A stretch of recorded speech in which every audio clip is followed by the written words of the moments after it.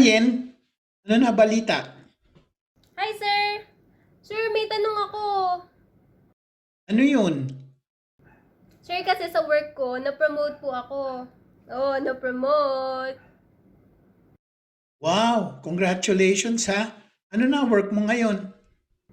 Sir, ginawa nila akong mice manager. Bale, sa lahat daw ng ganap sa company, ako daw bahala. That's very good. I'm proud of you. So what's your concern? Eh kasi sir, before, housekeeping supervisor po ako. Tapos ngayon, mice manager. Ano yun? Taga-catch tsaka taga-sanitize ng mga rooms against sa mga daga. Loko-loko, bugbugin kita eh. Seryoso ka? Pero seryoso sir, ano po yun? Sige, wait lang ha. Makinig kang mabuti ha. O Yen, you listen carefully ha. You were asking about MICE, M-I-C-E. Okay, because you've been recently promoted as the MICE manager of your company. Let's start with the basic definitions. Okay, MICE is actually an acronym, M-I-C-E. So it means M stands for meetings, I stands for incentive travel, C stands for conferences and conventions, and E stands for exhibitions. This means that being promoted to MICE manager, your company is asking you to be in charge of all the events of the company that fall within these four areas. Okay? Meeting is a gathering of two or more individuals convened for the purpose of achieving specific goals. However, the Convention Industry Council defined meetings as a gathering of 10 or more for a minimum of 4 hours in a contracted venue. All right? Well, maybe 4 hours might be too long for some. Okay? Sometimes meeting lasts for days. Okay? They have sessions for days. All right? So, but bottom line is meetings that do not require preparations, like departmental meetings that last for an hour or so, does not fall within your jurisdiction. Ma? All right. Here is a sample of a regular annual meeting that happens in most publicly listed companies. When we say publicly listed companies, it means they've issued shares of stock for sale to the public. This is the 2013 San Miguel Corporation Stockholders Meeting. All right. Here's another one. The United Nations Security Council normally meets on a periodic basis. So this is not just your food. The preparations is not just food. Preparations is not just the venue. Preparation will also include high security for the people who are attending. Remember, these are very high government officials who attend this meeting. All right? Another one, this is the Board of Trustees meeting of California State University.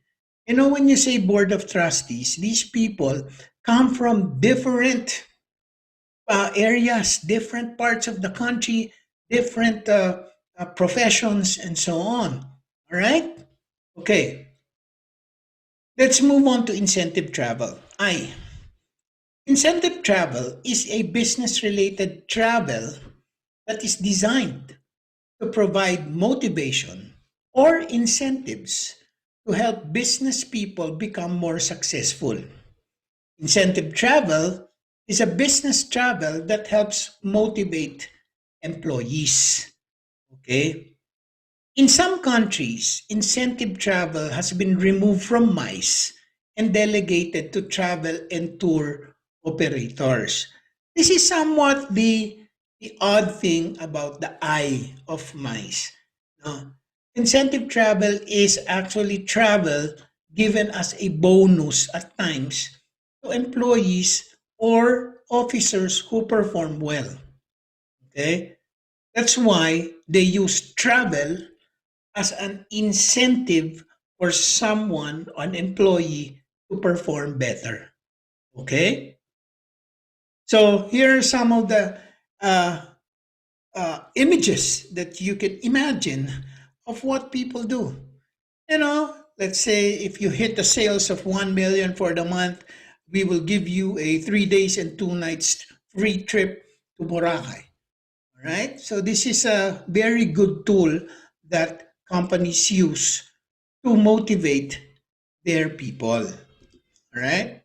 Here, Yahoo in Asia sent all their people to Jeju Island in Korea in 2017. Okay? Sana sa Yahoo na lang tayo nag-work noon, ano? Diba? Naka-free trip pa tayo to Jeju. Huh? Philam. Philam is one of the popular or famous insurance brands in the country. Look at what they give their agents. If they reach silver Philam vitality status, they will have a chance to win a trip for two to El Nido in Palawan. So these are samples of incentive travel. Okay. The third letter in MICE is the letter C. C stands for conferences and conventions. Okay, there is a difference between conference and a convention. Conference is another meeting of various sectors of industry that can last for several days with hundreds or thousands of participants. Conference can normally be accompanied by an exhibition. A convention is a gathering of individuals to discuss common interests that are usually based on a profession, industry, or fandom. Fandom, fan ka ba? Fan ka ba ng particular thing? You know? Oh, 'di ba? Parang yung fan ng mga Katniel, yung mga ganun, 'di ba? K-pop, 'di ba? So, minsan nagkakaroon sila ng convention. Sometimes, the fanatics of certain groups, they have conventions. Did you know that there is a convention for Star Trek? For all the fans of Star Trek, they always have a convention every year. Okay? Here's some sample. The ASEAN recently held a family business conference. Yung go negosyo, So the family business conference is the speakers were the ones running, diba? Running their own family businesses. This is a sample of a conference. Another samples of conferences include, okay, Philippine SME Business Expo and Conference. Okay, this is about small and medium scale enterprises in the Philippines. Another conference is the World Tourism Conference that was held in Malaysia last year. Okay, so these are conferences. So there's a difference between a conference and a convention. When you say it's a convention, normally the convention is held, there is something in common.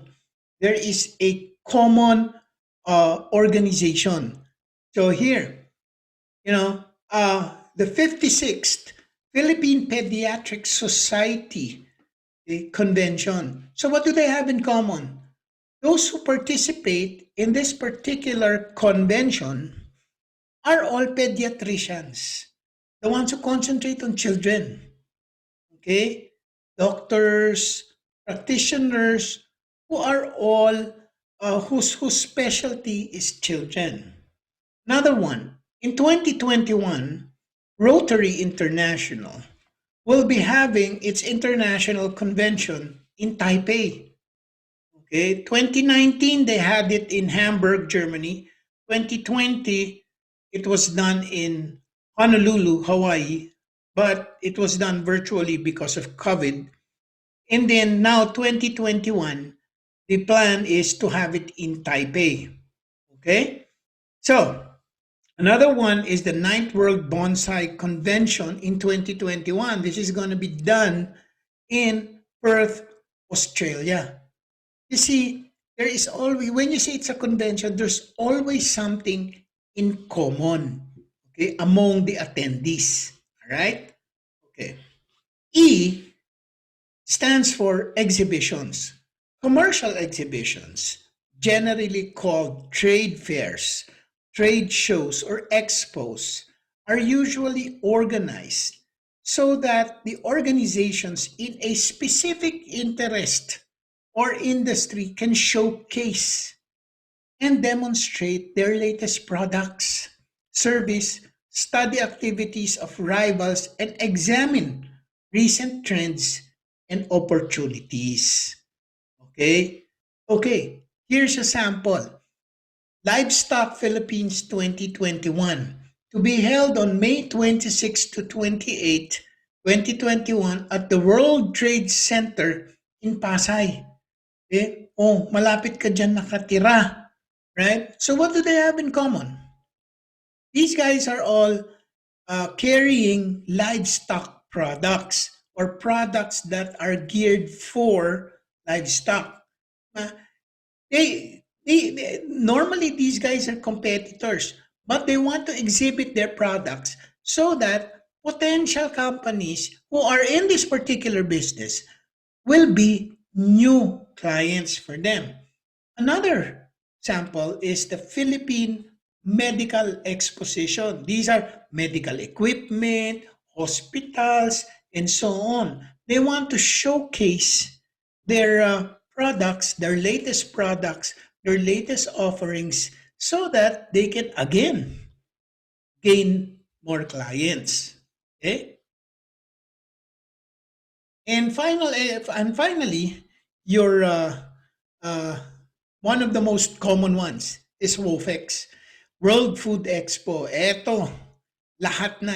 Everything is included. You know, when you talk about food, you're talking about food raw supply. You're talking about food equipment, cooking equipment, refrigeration equipment, and so on. Anything and everything that has to do with food. Okay? So this was done in 2019. 2020, we're not yet sure uh, if it's going to be done. I don't think they can do it this year, or maybe they've done it already. But hopefully by 2021, this is one of the best things that normally people in the hospitality and tourism industry would like to participate in, the WOFEX. Okay? So that's it. That's what MICE is all about, right? So good luck in your new work, and I hope that as a former student, you would do great. I'm sure you will do great as a MICE manager. Ah, sir, thank you po ah. Kala ko taga-huli na lang ako ng mga bubwit eh. Okay lang yun. Mukha ka namang bubwit eh. Sir talaga? Salamat po.